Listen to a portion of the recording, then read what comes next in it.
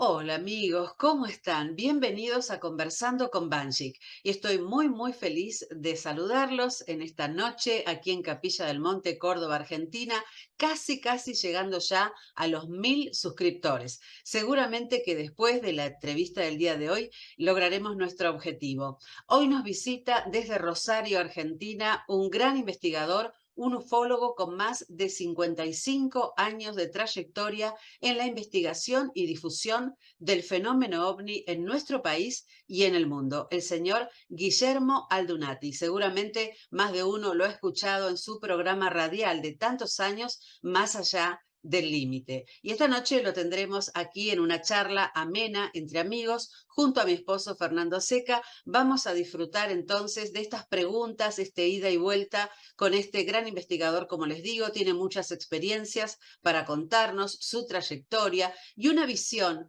muy particular acerca del fenómeno ovni. Les pido que presten atención porque trae mucha luz sobre este tema. Es su punto de vista, su verdad, como él dice, pero en muchos de los aspectos de sus respuestas realmente nos cierra a nosotros, a Fernando y a mí, su concepción y su visión acerca del fenómeno. Así que bueno, ahí lo dejamos como una inquietud para que ustedes también, a partir de este contenido, continúen sus propias investigaciones. Compartan, denle like y ya llegamos casi a los 1000 suscriptores. Bienvenidos, queridos amigos, a Conversando con Banshee.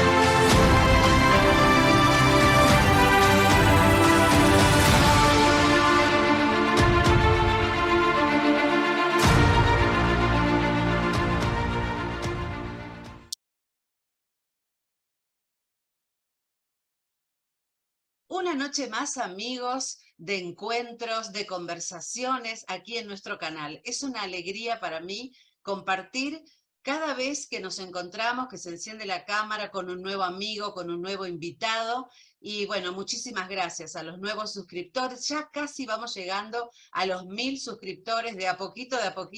Así que ahí les pido un like, un me gusta y compartir con toda la comunidad, de la gran familia de Conversando con Banshee. Hoy me acompaña mi esposo, como en algunas ocasiones lo hace. Fernando, bienvenido. Buenas tardes, buenas noches a todos, bienvenidos, gracias Claudia por esta oportunidad de hacer una entrevista especial, ¿eh? Yo creo que va a ser histórica. Claro que sí. Bueno, y ya lo tenemos aquí en pantalla, nuestro invitado, directamente desde Rosario, Santa Fe, en la República Argentina. Una persona con una trayectoria impresionante. Ustedes ya la escucharon en la apertura de nuestro programa, este extenso currículum dedicado toda su vida a la investigación del fenómeno ovni, con pasión y con compromiso por esto de la difusión también, ¿por qué no?, en la temática, porque es un gran comunicador, un referente y ejemplo seguramente para quienes años después de escucharlo, de leerlo, de verlo en los programas de cable, de televisión, de radio, él es, como les digo, un referente para los nuevos investigadores. Así que muy bienvenido a nuestro programa, Guillermo Aldunati, bienvenido a Conversando con Banshee.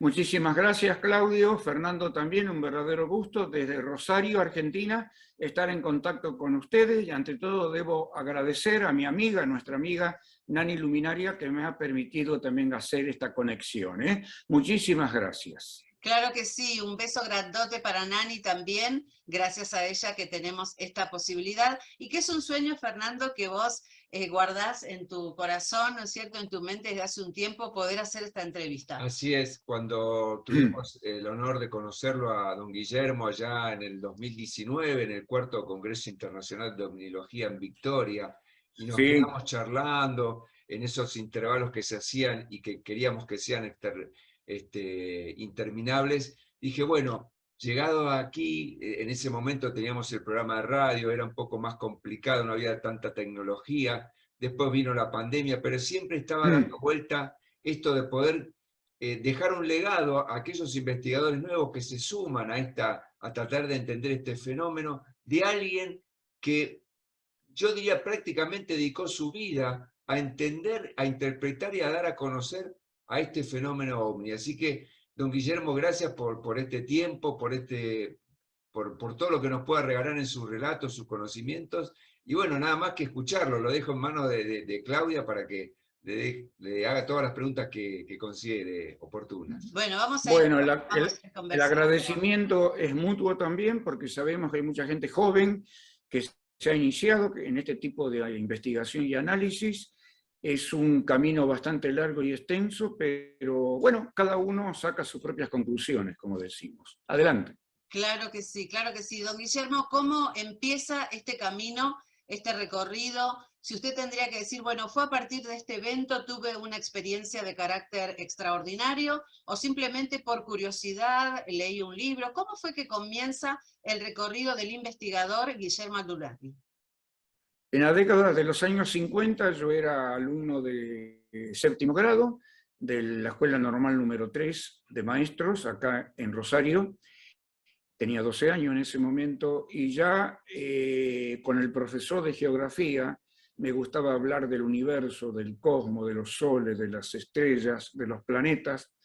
Luego, a los 15 años o 16, mi padre me regala el primer libro de astronomía, que todavía lo tengo, lo guardo como un tesoro.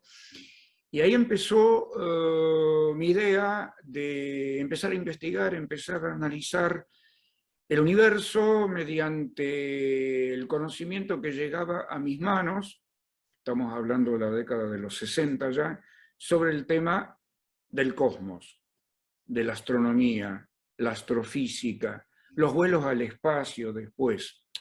Y ahí fue que a los 17 años conocí a una persona que fue mi padrino en estos primeros pasos de la dilucidación del tema OVNI, que es el investigador rosarino que ya nos dejó hace unos años, Nicolás Manuel Ojeda. El señor Ojeda fue director del grupo GRODOV, acá en Rosario, Grupo Rosarino Observador de OVNIs, muy amigo del doctor Galíndez de la ciudad de Córdoba en aquellos años, amigo también de Igor, este señor que en el diario Córdoba en aquellos años también editaba una serie de recortes periodísticos bajo el nombre de Centro de Estudio de la Hermandad Cósmica. Y a mí me llamaba la atención porque investigaba el universo, en mi caso, me gustaba saber más sobre OVNI, pero cuando leí otros artículos donde se hablaba de una posible, probable conexión desde el punto de vista espiritual con el tema OVNI, yo tenía 17 años en ese momento, me impactaba emocionalmente y empecé a preguntarme por qué. Ahí empezó la búsqueda. En el año 1966, junto con un grupo de amigos, organizo el grupo AOA, Asociación de Observadores de los Astros, AOA Internacional, un grupo que duró 25 años. Ya no existe más. Pero con este grupo empezamos a dar conferencias sobre el universo en las escuelas primarias y secundarias, dando un servicio gratuito para los alumnos y toda la gente que nos invitaban con las clásicas diapositivas, ¿no? De aquellos momentos. Aparte yo estaba en contacto con el USIS, el United States Information Service, o sea, el Servicio de Informaciones de Estados Unidos, que estaba en Rosario, y ellos nos facilitaban las películas 16 milímetros para proyectar en los colegios. 1965, 1968, marcaron, para quien les habla, un hito muy importante. ¿Por qué, amigos? En el 65 vino la primera gran goleada del tema OVNI en Argentina, que fue cuando en julio de ese año, el capitán de fragata Daniel Pericé, que después se hizo amigo personal mío, años después, a bordo de su barco, allá en la isla de Decepción, denuncia ante el mundo la presencia de un objeto volador no identificado muy luminoso que se lo conoció como el OVNI de la Antártida. En aquellos años estaba el régimen militar y ocurrió un hecho muy importante también, de suma trascendencia. El general Onganía publica en la revista 2001, de aquellos años de Argentina, un informe que después se conoció en todo el mundo, y yo me encargué de hacer traducción al inglés para difundirlo en aquellos años por todo el mundo también, donde decía que la Armada Argentina había denunciado la presencia de un objeto volador no identificado. Se lo había visto, se lo había fotografiado y se lo había captado con el instrumental electromagnético. Este evento fue también proporcionado por las armadas de Chile y de Inglaterra. O sea, Argentina, Chile e Inglaterra, en distintas bases ahí en el sur de nuestra querida patria, la República Argentina, denuncian la presencia de eso. Esto es importante. ¿Por qué? Porque esto se difundió en forma masiva, donde decía, el gobierno argentino denuncia la presencia de objetos voladores no identificados en la Antártida. Ese fue un caso muy importante que impactó muchísimo en mi persona, y ya empecé a indagar, a contactarme con investigadores de la talla del Dr. Hynek, del Dr. James McDonald, del Dr. Stanton Friedman, gente joven en ese momento. Yo tendría 20, 21 años, ya me había recibido de profesor de inglés en esa época, y bueno, y empezaron mis primeros contactos con las cartas, la estampilla, la vía aérea, como se hacía antes, ¿no? Y ya mi persona, mi nombre fue muy conocido en Estados Unidos, en Canadá, en Inglaterra. Ya empezó la difusión. 1968, la otra oleada que para mí fue impactante, amigos. Empieza con el famoso incidente del matrimonio Vidal, que en realidad fue un seudónimo, ese automóvil Peugeot 404, que fue teleportado, teletransportado desde cerca de Bahía Blanca hacia México, un caso muy discutido, muy analizado por muchos colegas de aquellos años, entre ellos Pedro Romaniuk, Fabio Serpa, el sacerdote Santiago Benito Reina y otros tantos. No se difundió mucho más porque coincidió, causalidad o casualidad, que el matrimonio Vidal no era Vidal, sino el verdadero apellido de él era Filippelli y tenía conexión directa con el gobierno de nuestro país en ese año 1968. O sea que luego vino otros casos que me tocó investigar a mí acá ahí cerca de Córdoba, Villa Carlos Paz. Fuimos con Nicolás Ojeda y otros, con el ingeniero Sigurd von Buhr y otras personas. Y esto fue muy importante porque estuvimos en el Motel Mónaco de la señora Olga Pretzel, que según ella tuvo una experiencia, encuentro cercano del tercer tipo. Recién se empezaba a hablar todo esto de las categorías de los encuentros. Ella dice que estuvo frente a frente con un ser gigante, con un traje escamoso, alto, que para caminar y pararse delante de ella tenía que agacharse, o sea que si el techo tenía 2,5 metros, este ser tendría un poquito más, tenía una esfera. Y utilizando la ufología comparada, como se le dice, este ser es el mismo que se vio en España, el mismo tipo, en la misma categoría, que se vieron en Valladolid en aquellos años, que se vio también en la provincia de Córdoba, que le decían del ser robot, pero que en realidad no era un robot, sino que era un ser semitransparente, o sea, lo que nosotros veíamos no era el cuerpo físico en sí, sino lo que el testigo veía era algo como que se estaba manifestando allí. Esto es interesante para aquellos que nos interesan la parte interdimensional del fenómeno OVNI. En estos 56 años que tengo de investigación, por mí ha pasado todas las gamas de la investigación. No descarté nada. Analicé todo. Y este caso se lo conoció como el caso del robot de la fábrica Renault, que apareció ahí en la provincia de Córdoba. Luego vino el famoso caso de los hongos de Correa, cerca de la ciudad de Rosario, a 60 kilómetros. Esto fue impactante.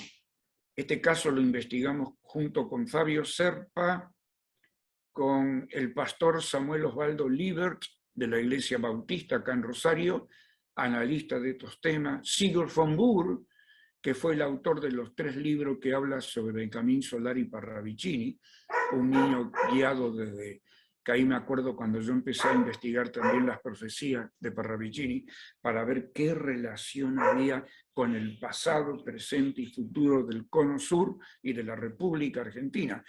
Porque, mis amigos, todo está concatenado, nada está separado. No Don podemos Guillermo, decir, hago una pausita acá en su relato, que es realmente muy rico, ¿no es cierto? Tantos ¿vale? casos, pero le quería hacer una pregunta con respecto al año 1968. Yo recuerdo un artículo del diario La Razón, A ver, donde Benjamín Solari Parravicini dice: ya que el matrimonio Vidal guardará silencio, yo me animo a hablar. Y él cuenta el evento cerca del obelisco, ¿no? De una posible sí, señor. abducción. Sí, sí. ¿Recuerda usted ese evento? ¿Tuvo oportunidad de dialogar con Parravicini? Ok, a Parravicini lo conocí sin saber que era él, después me enteré.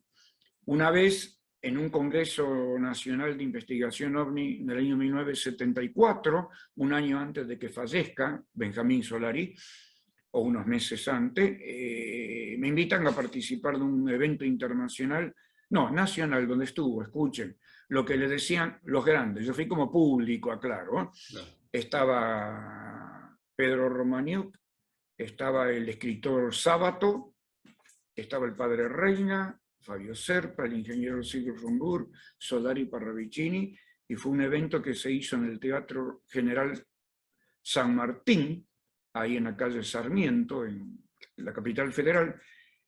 Había 2.500 personas, se llenó, fue con entrada gratuita, y la verdad que ahí tuve oportunidad de conversar con este señor.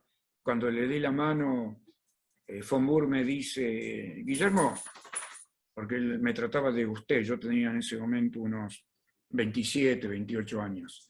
Me dice: ese señor que le dio la mano es Benjamín Solari Parravicini.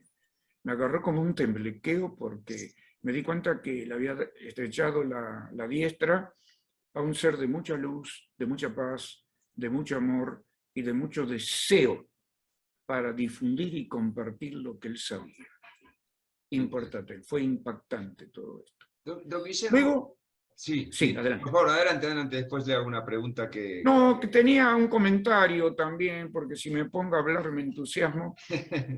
Y esto sería un reportaje dividido en, como se usa ahora en Netflix, ¿no? Sí, capítulos. Distintos capítulos. Tendría que tener un capítulo entero para hablar de la caída de la torre de Canal 5, que ya lo he compartido con muchas conferencias y entrevistas, inclusive a nivel internacional. Hasta tuve que explicarlo en inglés en una ocasión en Estados Unidos. Cuando nos invitan en el año 1968, en el mes de octubre, a un programa, televisión blanco y negro, con las viejas cámaras RCA Victor de aquellos años, audiencia masiva, el programa se llamaba Proceso, y el número 1, el programa inaugural, se llamó Proceso a los OVNI. Era como un estudio, en el estudio era como un estrado, donde era una sala como un juicio, donde había un banquito donde se sentaba el acusado. ¿Quién era el acusado? El tema OVNI. Culpable no existe. Inocente sí existe. y estaba el juez, estaba el jurado, y a mí me tocó hablar junto con Fabio Serpa, que estuvo jovencito, era Fabio, me acuerdo que tenía 34 años, algo así, ¿qué más? Von Buhr, el Pastor Libre, Ojeda y otros están, todo lo clásico de acá de la ciudad de Rosario. Lo voy a abreviar porque es extenso. Cada uno de nosotros aportó lo suyo en pro del tema hombre. Yo mostré una foto que había recibido de Tulsa, Oklahoma, en aquellos años, en color, un material fotográfico fantástico. Cuando se sacaba la foto con la cámara, ¿no? Normal, y había que esperar para revelar el rostro, como en aquella, no es como ahora que ¡tuc! Y ya está. Por eso digo que la investigación de OVNI de aquellos años para mí era la verdadera, donde uno vivía el entorno con el fenómeno. Ahora se maneja todo con la computadora, es más rápido, más ágil, más sencillo, pero en aquellos años era, cuando uno iba al campo y metía la pata entre medio de la bosta de las vacas, de los animales, y uno se caía en el medio del cardo y se lastimaba con una piedra y se mojaba todo por las lluvias, por las tormentas. Eso era la investigación. Tenía Y ahí mucho sacaba la conclusión. Tenía mucho ¿Perdón? de la película de Indiana Jones, toda esa parte de la adrenalina, ¿no? De ir hacia lo desconocido. Era lo lindo. Ujú. Me acuerdo cuando con la doctora Magdalena Castañino, que hizo la traducción del libro El incidente de White Sands, o El incidente de Arenas Blancas, del doctor Daniel Fry, conocido hombre contacto e ingeniero de la NASA, que tuvo ocasión de conocerlo ahí también en un congreso internacional de la MUFON, Mutual UFO Network, que fui representante de ellos durante muchos años.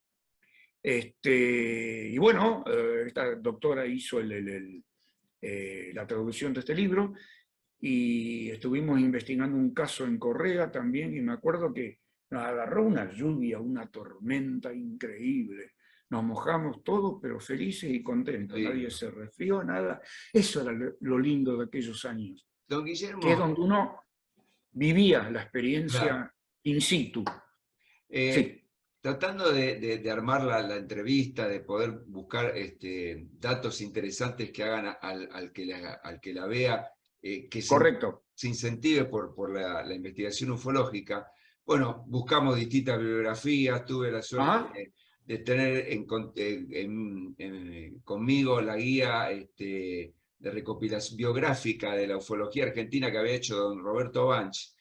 Y Roberto Banch, el arquitecto, mi amigo. exacto. Y ahí, bueno, Excelente obviamente hay persona. una serie de ufólogos, está usted, y termina su ponencia, digamos, la presentación de usted, donde usted en una frase comenta que obviamente considera que los ingenios que vemos volando, esa manifestación del fenómeno, son de fuera del planeta y que se puede ubicar en 5 regiones del universo de la galaxia. Después de tanto tiempo, con tanta información que seguramente ha incorporado, ¿puede mantener este concepto o lo ha ampliado o lo restringió? ¿Cómo lo ve usted, don Guillermo? Hoy por hoy, amigos, estamos en condiciones de decir que no solamente se amplía, sino se agrega a nivel local, a nivel terrestre. Hoy tenemos ingenios fabricados por el hombre, pero a un nivel tecnológico de avanzada, utilizando energía antigravitatoria, y que esto uno dice, ¿quién lo hace? Rusia, Estados Unidos, Inglaterra. En realidad son ellos y a la vez no son ellos, porque tenemos que hablar del gobierno oculto, tenemos que hablar del gobierno que maneja la línea del New World Order, o sea, el nuevo orden mundial. Que este tema yo lo vengo manejando de hace ya unos 25 años, quizás un poquito más, de esta situación. Estos son los famosos triángulos. Ahora hay tipo cilíndrico, y digo más, hoy por hoy, algunos objetos voladores no identificados en forma de cilindro y de coloración naranja, un color naranja,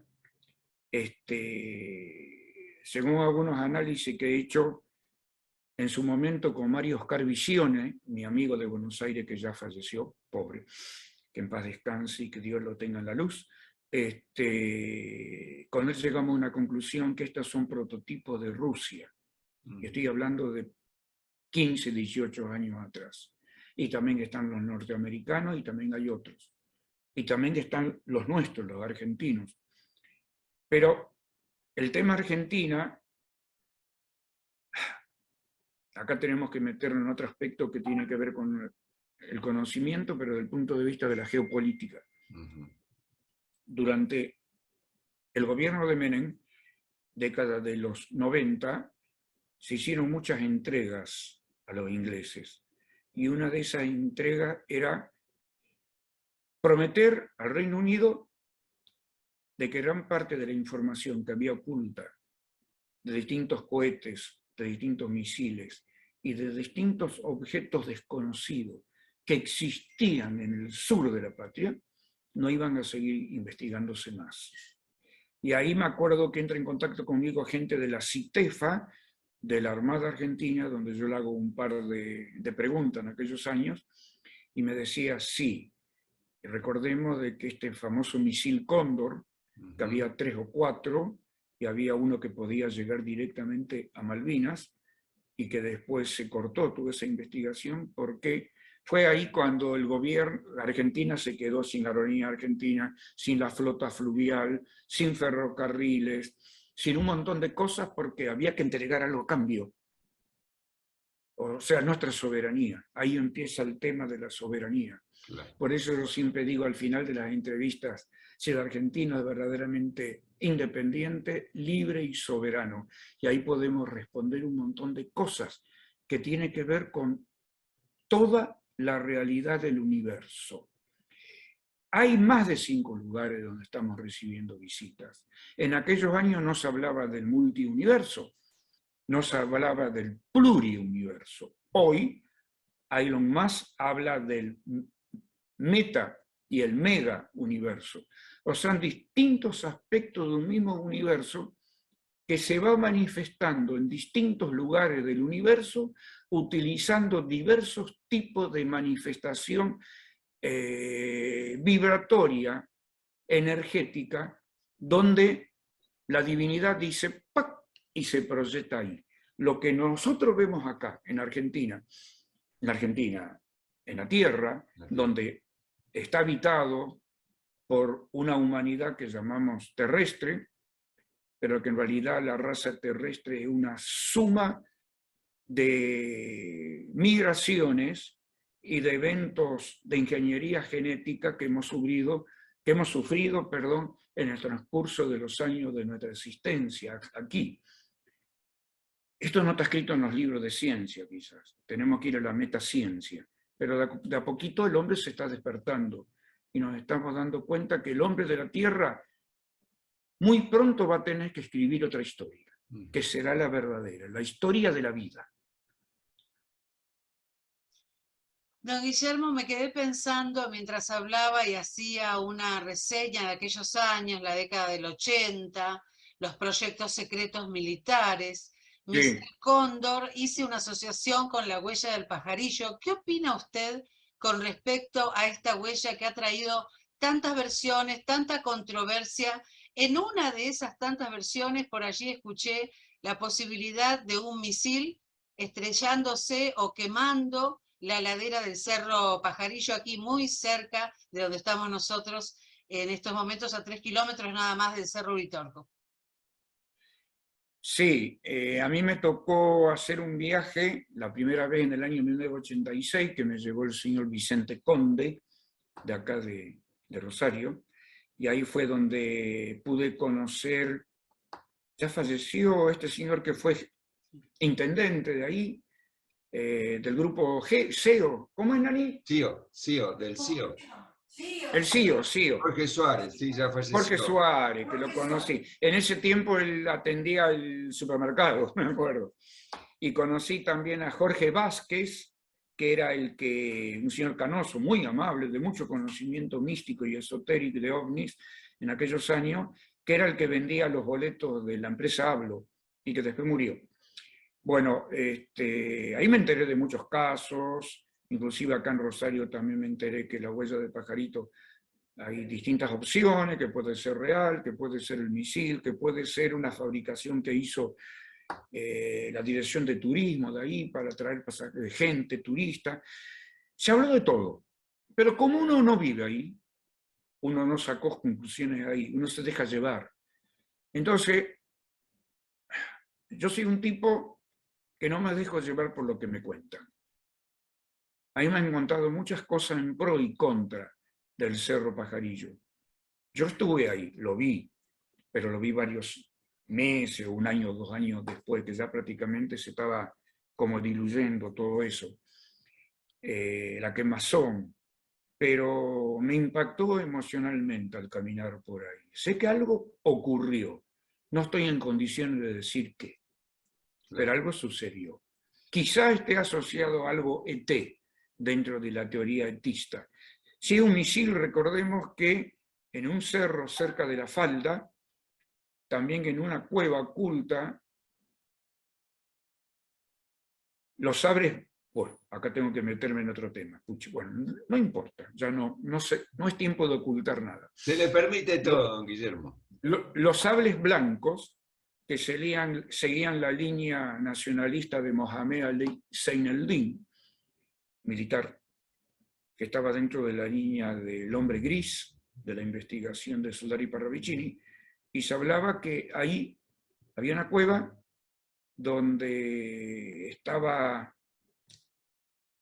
la cabeza electrónica, el motor del misil Cóndor, y que lo iban a sacar de ahí para llevarlo a otro lado antes que el servicio de inteligencia del ejército se apropiara de él. Y se lo llevaron a otro lado, porque esa era la cabeza lógica, donde estaba la inteligencia especial que puso la gente de la CITEFA, de la Armada, y la gente que seguía la línea de Mohamed Ali Zainuddin en ese momento. 2 o 3 meses después, Zainuddin es preso por Menem. Son historias que la gente no sabe mucho. Yo no digo que lo sé, pero por lo menos me interesa analizar e investigar para ver de qué se trata la verdadera historia de Argentina. Hay muchas cosas buenas y muchas cosas malas. Volviendo al tema de la ufología, podemos decir que haciendo una línea de tiempo que se inició con el análisis de la parte material, los tornillos, las tuercas, las chapas, llegamos a la década del 90 donde se le dio un enfoque más sobre el testigo, sobre la conciencia del testigo, la parte psicológica, si era una explosión de DMT, etcétera, etcétera. ¿Podríamos decir que en algún momento la ufología podría llegar a contactarse, a tocarse con la parte espiritual? ¿O no, don Guillermo? ¿Cómo lo ve usted? A ver, este es un tema personal de cada uno de los investigadores. Los analistas de hoy en día, inclusive muchos colegas míos de aquellos años que todavía de vez en cuando nos encontramos, una llamada telefónica, alguna comunicación con algún amigo con el celular, sobre todo gente que está en Buenos Aires, no voy a dar nombres, pero hay algunos muy conocidos, que siguen, ya son más jóvenes que yo, lógico. A mí me consideran de los dinosaurios, de la ufología, de los 3 o 4 que quedaba, el único que ha quedado vivo. Porque en aquel tiempo estaba Ojeda, Serpa, Romaniuk y Aldunati. Los demás, algunos están vivos, lógico, pero no siguen mucho. De vez en cuando leen algún librito. Pero que estemos activos, participando de eventos, de conferencias, de programas radiales, de entrevistas, como estamos ahora, creo, por mi edad y por la antigüedad que tengo en la investigación, ser uno de los pocos, si no es el único. A lo mejor hay otros más que no los conozco. Pero les puedo decir que cada uno de nosotros siguió nuestro camino. Y nuestro camino fue muy amplio. Yo no me encerré en la investigación clásica, ortodoxa, de lo que le llamaban en aquellos años la ufología romántica. O sea, investigar los casos, las casuísticas. Hay muchos que siguen investigando esto, pero para mí se quedaron en el tiempo. Yo le gané mucho a la vida, aprendí bastante del tema OVNI, pero también aprendí lo que hay atrás del tema, que no cualquiera se mete. No sé si por miedo, por temor, o lo hacen en forma oculta para que nadie se entere. Lo que yo investigo lo comparto, porque lo que puedo encontrar, y yo pienso que esto es para todo el analista e investigador de OVNI, no es para uno mismo, porque esto no es un hobby. Esto es una tarea, es un servicio para la humanidad, que hemos nacido para eso, aunque nos cueste trabajo interpretarlo, pero es así. Muchos empezaron y no han continuado, otros sí seguimos en estos temas. El fenómeno OVNI es como una de las leyes universales del universo, la ley de causa y efecto. ¿Cuál es la causa para que se produzca el efecto? ¿Cuál es el efecto? El OVNI, la luz, el objeto, sea platillo, sea esfera, sea orbe, sea semitransparente, sea triángulo, sea cuadrado, lo que sea diamante como se ven últimamente o modelo tic-tac. Ese es el efecto, pero ese efecto obedece a una causa. Ustedes investiguen. Yo lo he hecho. Ya no lo hago más porque me aburrí. Siempre lo mismo. Se ve un ovni, agarro un mapa y empiezo a investigar dónde está volando el ovni. ¿Qué hay abajo? Hay agua, hay montaña, hay ciudades, hay barrios residenciales, hay barrios marginales, hay ríos, hay océanos, hay bases militares. Hay lugares donde 10 días después hay un gran sismo o un gran elemento catastrófico. Sí, siempre coincide, hay algo. Y ese algo tiene que ver con ustedes, nosotros como parte de esto que llamamos humanidad. Nosotros somos el causal de que ellos estén ahí. Vienen a investigar y analizar nuestras interpretaciones, nuestra situación. Pero lo que pasa que nosotros lo pensamos, Claudia y Fernando, desde un punto de vista de nuestra mente concreta, abstracta, humana, con nuestra mente física. No manejamos la mente tridimensional, la mente que escapa al espacio-tiempo, o sea, la mente que va más allá de la conciencia del hombre, porque muy pocos saben que nosotros, si buscamos esa verdad, la vamos a encontrar. Por eso es que para quien les habla, sin ser el dueño de la verdad, pero desde hace muchos años se me abrió un camino muy amplio y encuentro partecita de la verdad, el gran rompecabezas cósmico de la humanidad. Está casi armado, pero falta la última pieza. Y todavía no es el tiempo. Y hay que seguir buscando. Y ahí verdaderamente vamos a encontrar esa respuesta, amigos, que nosotros desde chicos nos preguntamos, ¿qué es el hombre? ¿De dónde viene? ¿Por qué está acá y a dónde va? Y ahí aparecen las respuestas. No están en las religiones, aunque sirven. No están en las escuelas místicas esotéricas, aunque sirven. Está en el conocimiento que cada uno lo tenemos en nuestro interior. Nada más que está dormido y hay que despertarlo. ¿Por qué?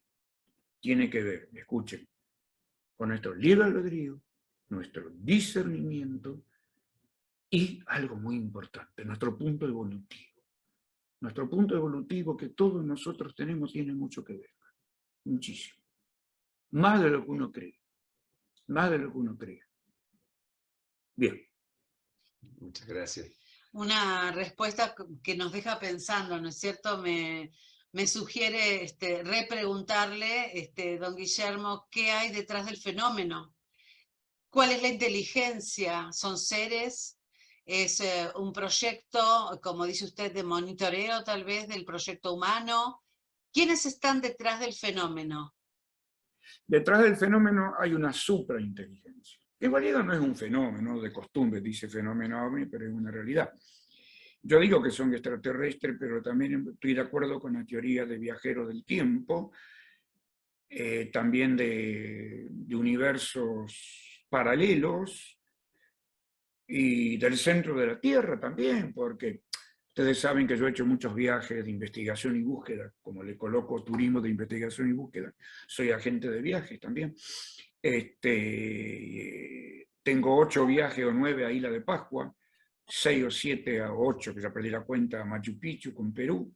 Me he metido en lugares increíbles donde nadie va. He estado trepando montañas cuando era más joven. ¿Qué más? Me he metido en México a investigar y analizar lugares donde la gente del turismo normal no va, y así sucesivamente en Puerto Rico, investigando la presencia del Ghost Soccer. ¿Qué es el Ghost Soccer? Mi amigo Jorge Martín de Puerto Rico. De Puerto Rico, no, quería decir San Juan, la capital, San Juan de Puerto Rico. Él me llevó en varias ocasiones al Cerro El Yunque a investigar esto del chupacabra, ya en la década de los 90, y fue una cosa real eso. ¿Qué es el chupacabra? Aparentemente es un ser fabricado mediante inteligencia artificial, que ahora acá recién se está hablando de esto en estos últimos 20 años, de la inteligencia artificial, pero aparentemente ciertos grupos paramilitares de Estados Unidos, de Inglaterra, de Canadá, estaban experimentando ahí en la base de Roswell Road, que no existe más esa base ahí en Puerto Rico, una base militar súper secreta, y es posible de que este bicho o lo dejaron escapar a propósito o se escapó solo. Era una mezcla de ser humano con aspecto de dinosaurio, pero con rostro y cabeza de macrocéfalo, o sea, de lo que llamamos los grises. Un experimento genético como lo que se hacía en la Atlántida en aquellos años, y que ese continente se perdió porque el hombre quiso superar a Dios. Y ahí se cortó todo. Entonces, ¿qué sucede, mi amigo, mi amiga? Esta inteligencia está dividida en algunos aspectos, en la presencia de ellos. ¿Son todos benévolos? ¿Son todos gente buena? Sí, en la mayoría. Pero hay seres de nuestro mismo punto evolutivo que viven en un planeta ubicado en nuestro sector del universo. Otro tema que la gente no conoce mucho. Nosotros vemos todo el universo, qué hermoso la galaxia. Los mismos soles que se fotografiaron hace poquito en zonas muy alejadas en nuestro propio universo. Pero el universo está dividido en sectores. Y en cada uno de esos sectores está habitado por seres inteligentes que corresponden a ese sector del universo. Pero ellos no pueden compartir con otro sector. ¿Por qué? Porque su punto evolutivo no les permite. Por eso decimos, acá tengo que ir a otras teorías conspiracionistas, ¿el hombre fue o no a la luna? Ustedes conocen esa pregunta. Y hay muchas respuestas. Para muchos sí fue, y para muchos no fue. Porque dice que el hombre no puede salir de la atmósfera terrestre porque hay ciertos aspectos vibratorios que no nos permiten avanzar más allá. Hasta que el hombre no se encuentre a sí mismo, después sí lo logrará. Y entonces, ¿qué es todo lo que hemos visto? Según dicen los teólogos de este tipo de investigación, todo fue armado. A mí me cuesta creerlo, pero no lo niego. Lo comparto con ustedes, pero no lo puedo confirmar porque no hay elementos. Claro. No hay evidencias. Es todo cuenta que te cuentan nada más. Claro. Guillermo, usted que fue un testigo histórico, porque se adelantó a la pregunta que le iba a hacer, el año 1969 con ese, vamos a ponerlo entre comillas, supuesto alunizaje del hombre en la luna, marcó un hito histórico de esta civilización. ¿Cómo impactó en los ufólogos del momento ese hecho? ¿Los motivó más? ¿Les trajo más preguntas que respuestas? ¿Qué pasó en ese 1969? En aquel momento yo estaba en mi casa con mi padrino en la investigación, Nicolás Ojeda. También estaba Carlos Scrivanti, un colaborador de aquellos años, con mis padres. Y cuando Armstrong dijo, un pequeño paso para el hombre, pero un gran paso para la humanidad. Nos miramos entre nosotros. Después nos fuimos a tomar un cafecito a un bar a 2 cuadras de casa en aquel tiempo. Yo vivía en otro lado, en Rosario, y empezamos a compartir, ¿no?, información y llamadas telefónicas en aquellos años. Y esto permitió confirmar lo que el sacerdote Santiago Benito Reina él había fotografiado con un telescopio en el observatorio Adara de San Miguel, provincia de Buenos Aires, año 1965, donde mirando la luna, él observa la silueta de 4 objetos esféricos oscuros sobre media cara lunar. Estas fotografías dieron la vuelta al mundo, incluso aquellos que no la conocen, los que están viendo esto, coloquen en internet fotografías tomadas por el padre Reina en la superficie de la luna. Hay un montón de material. Esto se negó después, pero el padre Reina, un conocido sacerdote jesuita, que yo cada vez que viajaba a Buenos Aires lo iba a visitar a él, a la calle Sarandí, donde estaba un grupo de sacerdotes jesuitas ahí, en Congreso, Capital Federal, y les puedo decir que fue impactante porque todo esto confirmó todo lo que nosotros veníamos hablando, de los ovnis en la luna, del famoso puente de 44 kilómetros de largo, que algunas personas lo han fotografiado y esas fotos se han ocultado después. Un montón de información que era Vox Populi en los años 60 y 70.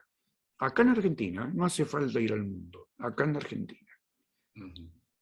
Qué interesante toda esta información que no siempre tenemos acceso, no recordamos o no la conocíamos, ¿no?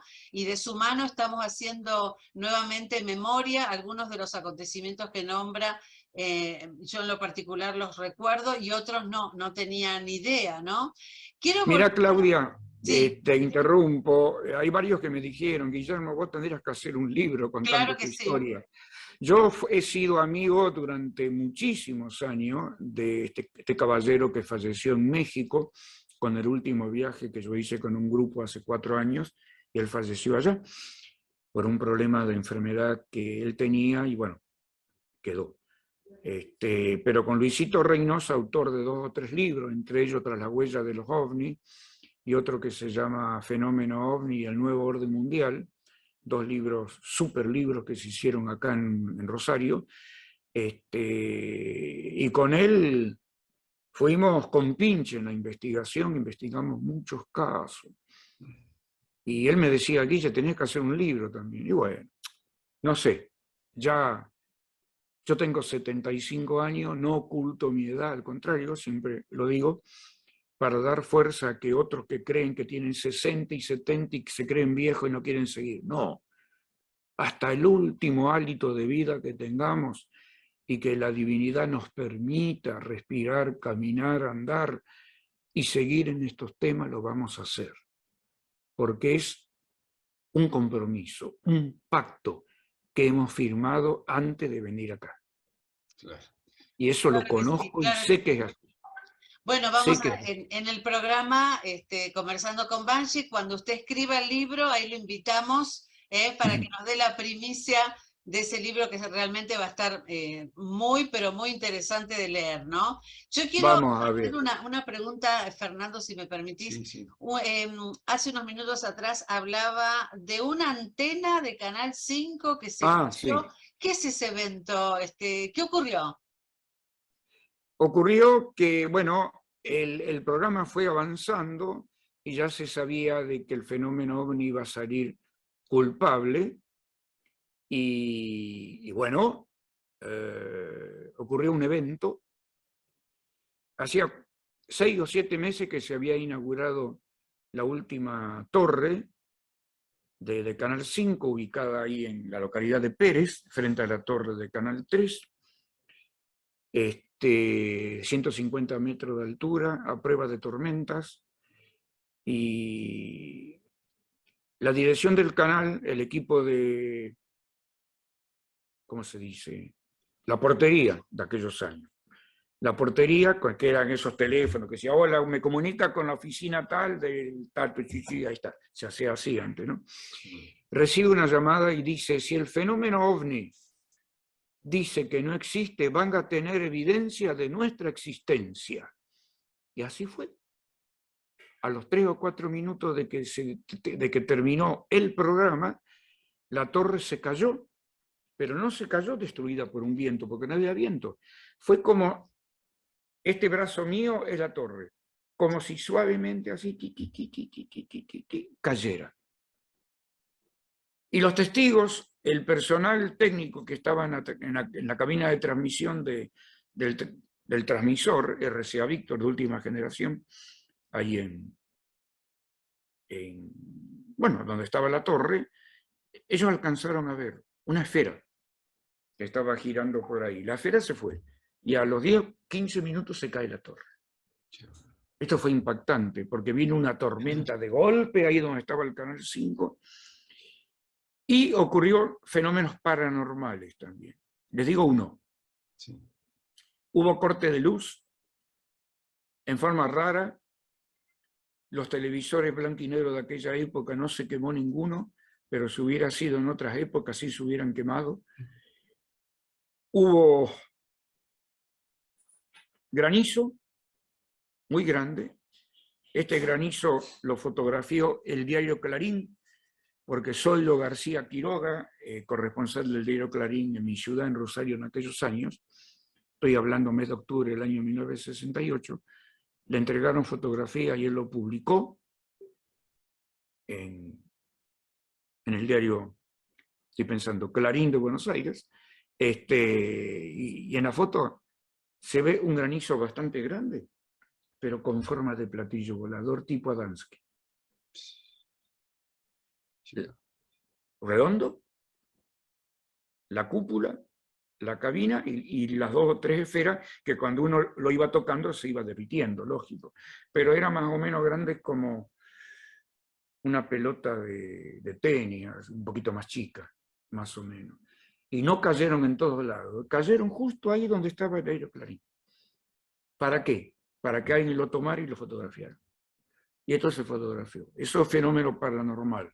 Está dentro de los fenómenos extrasensoriales también. La parapsicología aporta mucho a este tipo de investigación también. Sí, consideramos que sí.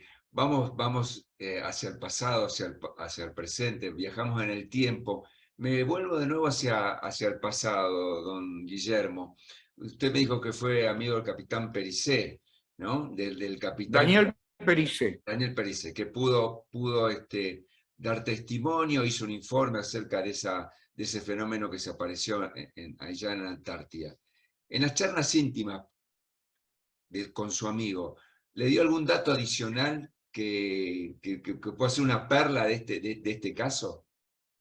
Ok, acá es interesante. Ustedes a lo mejor saben de que Rosario es capital del tema OVNI por la cantidad de casos y por los eventos que han ocurrido acá a nivel cultural y social asociado a los OVNI. Nosotros acá en Rosario fundamos en primeros años de la década del 70 la FAESE, Federación Argentina de Estudio de la Ciencia Extraterrestre, que nucleó a muchísimos grupos en aquellos años de Argentina. Se hicieron varios congresos internacionales acá. En Rosario estuvo el doctor Heine, que lo invitamos nosotros, con gastos pagos. ¿Quién más estuvo? Bueno, gente de Stanton Friedman, el físico nuclear de Estados Unidos, que también estuvo en Victoria, Entre Ríos, años después. Estuvo también Antonio Rivera, de Barcelona, España, autor de varios libros. Y podríamos seguir hablando. Y en una reunión privada que se hizo, donde estábamos todos los investigadores que se inscribieron al evento, sin público, sino los analistas, miembros de FAESE, que en ese momento éramos como 100, acá en Rosario. Esto se hizo en el Hotel Palace, de acá de la ciudad de Rosario, esta reunión privada, y Daniel Pericé se ofreció a contestar preguntas, sin público, sin periodistas, solamente para investigadores.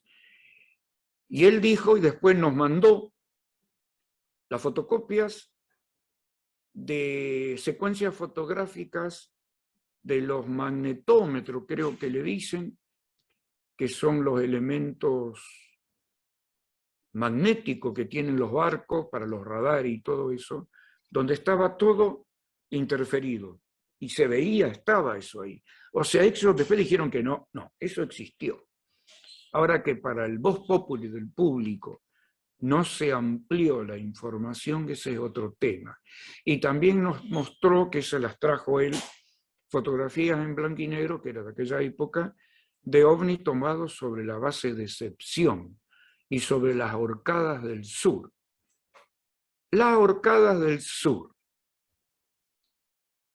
¡Wow! 1982. La Guerra del Atlántico Sur. Viene la Fuerza de Tarea de Inglaterra, la British Task Force. Vienen 18, 20 barcos, los 2 portaaviones, el Invencible, el Hermes y todo eso. Cuando llegan a cierto lugar, la mayoría de los barcos se situaron frente a Bahía del Ganso, a Puerto Argentino y todo eso, que es lo que uno más o menos se ha enterado. Pero hubo 3 barcos que fueron para otro lado. Fueron atrás de Malvinas. Fueron a las Orcadas del Sur. Porque ellos también tenían conocimiento de cierto evento extraño que está sucediendo ahí desde hace milenios y que tiene que ver con el Intelligent Black Petrol, y otra palabra más que no recuerdo, que es una especie de petróleo negro que aparentemente tiene ciertas situaciones de inteligencia. Pero es peligroso esto, porque no es bueno. Y está guardado ahí. Y también ha aparecido en aquellos años, no, esto fue en la década del 90, cuando hubo un terremoto, y ese terremoto pequeño provocó la caída de de estas usinas de electricidad, no, que buscan petróleo, las torres estas que están en los océanos. La plataforma. Y esta plataforma estaba ubicada en el Golfo de México, frente a los estados de Texas y de Luisiana, cerca de New Orleans, o sea, Nueva Orleans. Todos estos lugares los conozco. Y en ese momento empezó a aflorar un petróleo. Pero era grave. Hubo evacuación de las 2 plataformas. Vinieron gente no sé de dónde para tapar ese petróleo, porque era peligroso. Y ese petróleo empezó a ir hacia las costas. Aquí que hubo evacuación de no sé cuántos millas, dicen ellos, o sea que son kilómetros, vamos a poner 2000 kilómetros de largo. Vino el ejército de Estados Unidos. Año antes del 2001, fue en 1999, 2000 sucedió esto. Digo esto porque toda esta información me la dio Mario Scarvicione a mí. Y después me la dio otro, Eduardo Fuente Alba, en aquellos años también. Porque él se enteró por medio de militares familiares que él tenía en la Marina. Bien, hablamos primero de Estados Unidos. La evacuación duró 10 días. Toda persona que ingresaba a ese lugar, pena de muerte, o lo mataban o quedaban presos de por vida, para asustarlos, para que no vayan. Aparentemente ahí apareció ese mismo tipo de petróleo que estuvo guardado y está durante tantos años ahí en la isla Decepción. Tengo que hablar de otro tema. No sé si ustedes escucharon alguna vez las cartas del doctor Joseph Allen Vetter. Nosotros, a mí me tocó hacer las traducciones del inglés al español hace de estos 20 años. Más, 25 años que las traje de Estados Unidos. Hice la traducción de cada una de esas cartas. Y cada una de esas cartas se leyeron en nuestro programa de radio Más Allá del Límite que es un programa que tiene 28 años de salida al aire, acá en Rosario, Argentina, para el mundo, ¿verdad? Y ahí lo difundimos. Y el doctor Vetter hablaba de los misterios de la isla de Decepción, donde hay grupos, escuchen, de ingleses, norteamericanos, canadienses, sionistas, no digo israelíes o judíos, digo sionistas, rusos y no sé qué más. Se calcula que hay unos 150 personas.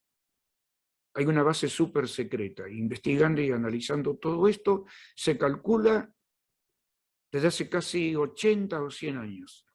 Ustedes dicen, ¿cómo? 80 o 100 años, del año 1910, 1920. Sí. Bueno, los del Tercer Reich en la Tercera Guerra Mundial también buscaban eso. Por eso se perdieron muchos submarinos yendo hacia el sur, para Nueva Suabia, en aquellos años. Amigos, el fenómeno OVNI es una escalera de conocimiento. Y cada uno de los peldaños de esa escalera es una historia diferente para contar. No es solamente la lucecita en el cielo. Tiene que ver con nuestra realidad, con su vida y con la mía y con la nuestra. Es impactante. No sigo hablando más de este tema porque estamos hablando ya de temas muy fuertes que tienen que ver con realidades que muy poca gente conoce, pero que está. Lo mismo tendríamos que hablar en los esteros de Liberá. Ahí abajo hay una base también. Yo tengo gente cuyos familiares han desaparecido, encontraron el bote y nunca encontraron a la persona, década de los años 70, 80. Y tengo un amigo que aparentemente estuvo en esa base. Y ahí se encontró con holandeses, canadienses y no me acuerdo qué otra cosa más. Son los famosos misterios de las bases subterráneas que hay en América Latina, que hay en el sur de Chile, sur de Brasil, Mato Grosso, Perú, Bolivia, Argentina, Uruguay. Cada país tiene algo que muy poca gente lo conoce. Y ustedes ahí cerca de Capilla del Monte también tienen algo. ERCS. Investiguen eso, búsquenlo. No lo nieguen, analícenlo. Hay muchas cosas ahí, más de lo que uno cree. Si tuviera que definir el fenómeno OVNI, la realidad OVNI, en pocas palabras, y que defina también un poco su vida, ¿no? Su vida de compromiso con la investigación, ¿con qué palabra, con qué frase podríamos cerrar esta entrevista? Hay una frase que es bíblica que dice: la verdad os hará libres. Y si nosotros investigamos el tema OVNI, o el nombre que le pone ahora a la Fuerza Aérea, agua o agua, no me acuerdo. Pero, beso. Pero me suena muy ridículo esa sigla también, porque han pasado tantos años y seguimos dándole nombres desde un punto de vista ahora un poquito más adaptado al conocimiento de la humanidad actual. Pero yo creo que esa partecita de la verdad no tenemos que buscarla afuera, sino está en nuestro interior también. Nosotros somos parte del universo y el universo es parte nuestra. Nosotros estamos conectados, o como uso una palabra yo que existe, concatenado con las vibraciones del universo. ¿Por qué? Porque somos ciudadanos del universo. A él pertenecemos y hacia él vamos e iremos el día de mañana cuando nos toque partir. Y esto nos permite también perdón, tratar de encontrar algunas respuestas sobre otro tema, sobre nuestro origen. ¿Cuál es nuestro verdadero origen? No el origen que nos contaron en la iglesia o que nos contaron nuestros padres y todo eso, sino el origen auténtico, que cada uno de nosotros como ciudadanos y estudiosos del universo debemos encontrarlo, y lo vamos a encontrar. Yo encontré una partecita de ese origen, pero todavía falta. Donde está la verdadera esencia del yo superior. Todo lo que buscan los lamas en la India, en otros lados, nosotros acá en Occidente también podemos encontrarlo. En Oriente de una forma, en Occidente de otra, pero si unimos las dos cosas es lo mismo. Cambian las palabras nada más, pero en esencia es exactamente igual. Y tratar de salir, tengo que decirlo, ¿eh? Sí, Tratar dígame. de salir de esta línea, de esta cadena, de esta rueda del samsara que tiene que ver con la ley de experiencias o reencarnaciones. Escapar de eso urgente y no ser preso de eso. Escapar, rápido. Claro. Alejarnos. Qué hermosa perspectiva esta de ser ciudadano del universo, ¿no? Porque nos cambia todos los paradigmas tan limitantes de considerarse habitantes solamente de esta tierra, ¿no? En cuanto a relaciones con otras civilizaciones, posibles civilizaciones. Por mi parte, don Guillermo, le agradezco muchísimo estas pinceladas que nos dio, que da para varias series de capítulos. Ya tendríamos que armar una serie en Netflix para presentar toda su historia de su vida. Le agradezco muchísimo y la verdad tengo que despedirlo como un maestro de la vida. No, por favor, no somos maestros. Todos somos estudiantes de la vida. Claro sé. Pero quiero decir una cosita también, si me permiten. Sí. Ustedes vieron que nosotros tenemos nuestro programa de radio más allá del límite, sí. No está saliendo al aire por ahora por radio, solamente lo pueden escuchar por una señal de internet, que les voy a dar el nombre ahora, es en Facebook, lo tenemos este domingo a las 20 y el domingo que viene también, hasta que estemos otra vez en una radio, como lo hemos hecho durante 28 años. El Facebook es muy fácil, colocan Del Límite Producciones, escriben. Nuestro programa se llama Más Allá del Límite, en este caso es Del Límite Producciones. Aprietan y ahí van a ver los programas atrasados, sobre todo los 4 o 5. Muy elementales, sencillos, pero muy lindos, lo que hacíamos antes. Y también en las redes ustedes colocan Más Allá del Límite, y está en YouTube, en todos lados ahí. Aparece la cara de Arturo Riquelme, mi cara, también la de Nani Luminaria, que Nani estuvo en nuestro equipo durante 4 años también. Y ahí estamos, dando vueltas por todos lados. Bueno, muy bien. Gracias. Guillermo va a salir gracias en la a ustedes, de nuestro programa. Que Dios bendiga a Córdoba, a Capilla del Monte, a la patria argentina, a América Latina, a la patria grande, que sea grande en serio, y a toda la humanidad. Que así sea, querido Guillermo Aldunati. Nos honra con su visita a nuestro canal Conversando con Banchik desde Rosario, allí en Santa Fe, Argentina, nosotros desde Capilla del Monte, Córdoba, uniendo estos lazos de amistad, esperándolo aquí. Por supuesto va a ser un honor recibirlo en nuestra ciudad, ya vamos a estar organizando eso. Y a todos ustedes, amigos, les decimos muchísimas gracias por habernos acompañado. Difundan este material, compartan con sus amigos, den like, a ver si llegamos a los 1000 suscriptores. Creo que después de este programa vamos a lograr nuestro objetivo. Nos vemos en un próximo Conversando con Banchik.